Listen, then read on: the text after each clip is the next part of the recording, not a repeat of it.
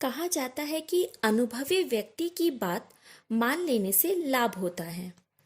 प्रस्तुत कहानी में हम ऐसे अनुभवी हंस के बारे में पढ़ेंगे जिसकी बात ना मानने से उसके साथियों को नुकसान उठाना पड़ा। नमस्कार, मैं मिस कनकलता झा आज आप लोगों के सामने मेधा पुस्तक की कक्षा 4 की चतुर हंस कहानी लेकर उपस्थित हुई हूँ। आइए कहानी की ओर बढ़ते हैं। जंगल में एक घना विशाल वृक्ष था। उस वृक्ष पर बहुत से हंस निवास करते थे। उनमें एक बूढ़ा हंस था जो अत्यंत चतुर और दूरदर्शी था।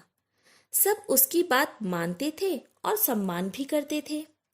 एक दिन बूढ़े हंस ने वृक्ष पर एक छोटी लता को लिपटे हुए देखा।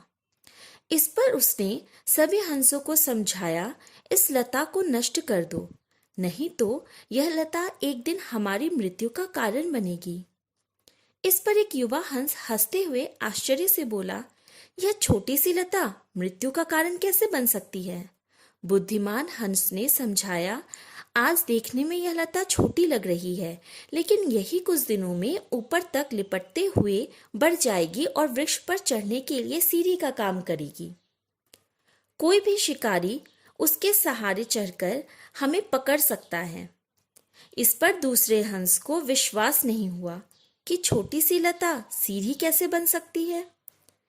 तभी तीसरे हंस ने कहा, तुम बूढ़े और चतुर जरूर हो, किंतु अपनी बुद्धि से हमें डराना चाहते हो। इस प्रकार किसी भी हंस ने बूढ़े हंस के सुझाव पर ध्यान नहीं दिया, क्योंकि उनमें दूर की सोच नहीं थी। कुछ समय बीतने पर लता तने और डालों पर लिपटती हुई ऊपर तक आ पहुंची। जल्द ही लता सीढ़ी जैसी बन गई, जिस पे चढ़कर पेड़ के ऊपर तक कोई भी आसानी से आ सकता था। अब बूढ़े हंस की बात सच साबित हुई, लेकिन अब उस मजबूत लता को नष्ट करना किसी हंस के वश में नहीं था। एक दिन सभी हंस दाना चुगने बाहर गए थे।